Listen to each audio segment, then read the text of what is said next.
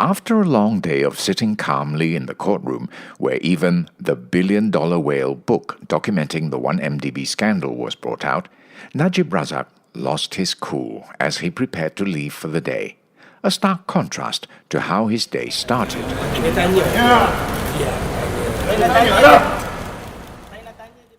The man who drew Najib's ire was a police officer who was attempting to stop a young man from approaching the former Prime Minister. However, Najib quickly apologized.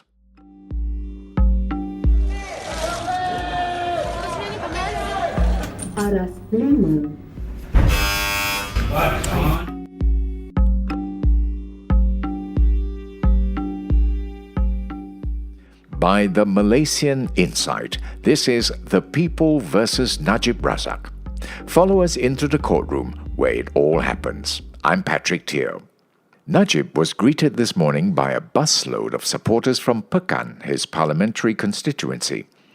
The 40-odd supporters, most of them women in their 50s and 60s, had been waiting for him since 7 a.m.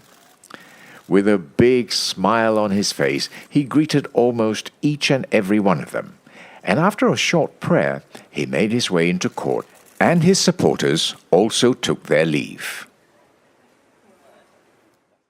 Proceedings for the SRC trial started a little later at 9:45 a.m. today, as Najib had to attend a case mention before Justice Muhammad Zaini Mazlan at another courtroom. That High Court today set May 17th for yet another case mention for 3 more charges of money laundering related to SRC International. Najib is accused of receiving 27 million ringgit from unlawful activities in his private banking accounts on July 8, 2014.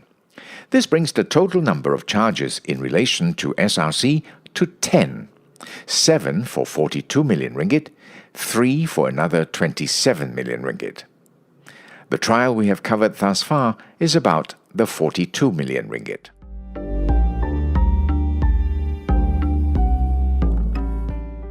Dressed today in a brown suit and a tie with a red motif crisscrossing a blue background, Najib took his seat in the dock. Yellow cushion firmly on his back, he resumed reading Dunia Tanpa Tembok by Aiman Rashdan Wong. He got through a few pages before proceedings got underway. Prosecution witness number 2, Bank Negara investigator Azizul Adzani Abdul Ghaffar, was back at the stand. He was the one with the foggy memory from the day before. The defense picked up where they left off and immediately grilled him, trying to weed out inconsistencies in his story. Today, Azizul brought with him copies of the police report he lodged after the raid at Ambank Raja Chulan on July 6, 2015. So you know how yesterday Azizul was grilled for 5 hours by the defense and still he stood by his statement that his instructions were to obtain documents for specific account numbers and that these documents were handed to him by the Ambank branch manager Uma Devi. So this morning, Azizul was back on the stand and things quickly got heated as the defense accused him of lying.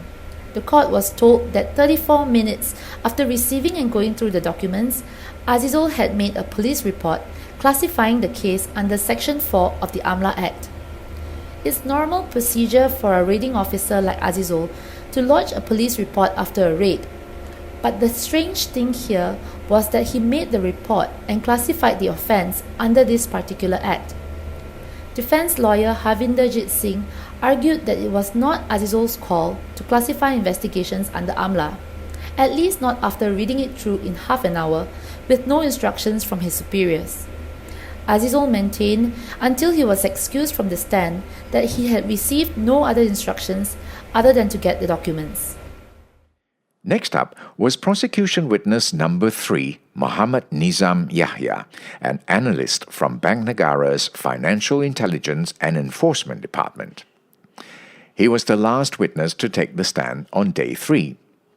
Yesterday, Nizam said he had obtained certain documents from Affin Bank's headquarters on Jalan Raja Chulan on behalf of the One Malaysia Development Berhad Task Force. He produced them in court today. Nizam received them on 4 separate occasions in July 2015. They were linked to 3 bank accounts of Ehsan Perdana, SRC's corporate social responsibility partner.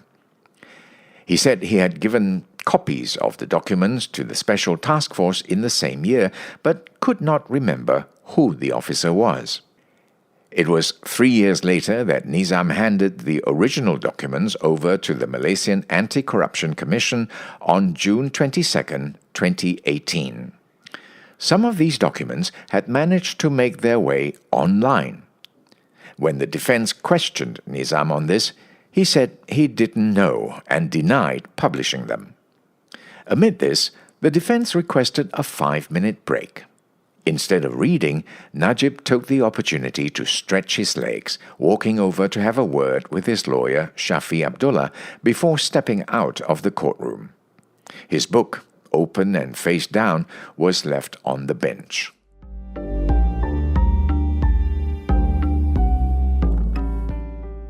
Next on the witness stand was Ahmad Farhan Sharifuddin, an investigating officer from Bank Negara. Farhan testified that he directed the raid on AmBank on July 7, 2015, under orders from his superior.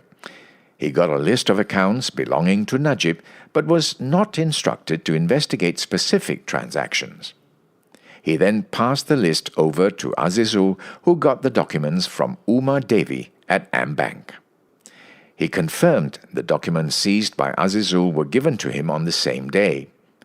Again, 3 years later, on May 30th, 2018, Farhan handed over the 8 bundles of documents to MACC. Before further questioning, the court broke for lunch. Najib left the court in a black sedan with the TN50 number plate, as he had done every day since the trial started. When proceedings resumed, the defense spent most of the time arguing for documents related to 1MDB.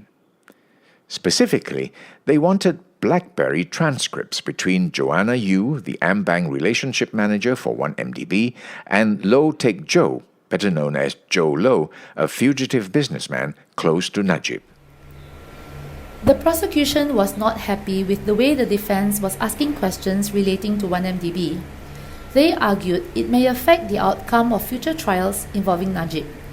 When the defense requested for the 1MDB documents seized by Bank Negara from AmBank Raja Chulan, the prosecution raised strong objection, saying that they were not relevant to the case, which is about SRC. Havinder Jit and Shafi'i were relentless, even quoting from the book Billion Dollar Whale, which underlined communication between Jolo and Joanna to prove the relevance of the documents they're asking for. If you've not read it, the book was written by 2 Wall Street Journal writers. Jolo is the main character, and the book talks about his scandalous exploits involving obscene amounts of money. As the defense lawyers argued their point, Attorney General Tommy Thomas was seen laughing, shaking his head in disagreement and looking around the courtroom. All the while, Najib sat behind them in the dock, watching intently. After much back and forth, the judge decided that the documents were relevant and ordered Farhan to bring them tomorrow. With that, proceedings ended for the day and will continue tomorrow. As Najib exited the court, he was approached by a teenage boy who wanted to watch the trial. A policeman got in the way and Najib snapped and later apologized. And the teenager got to speak to Najib.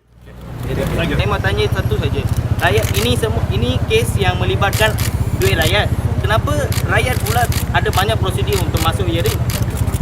Sedangkan rakyat biasa kena masuk hearing, kena dengar benda-benda ni kan. Tapi rakyat biasa tak dapat masuk. Ada banyak prosedur.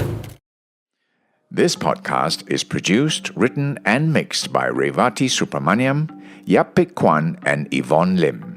Additional reporting by Beed Hong and Timothy Acharyam. Other recordings from the court are by Ravin Palanisamy, Jeremy Singh and Hasmiza Hassan. I'm Patrick Teo.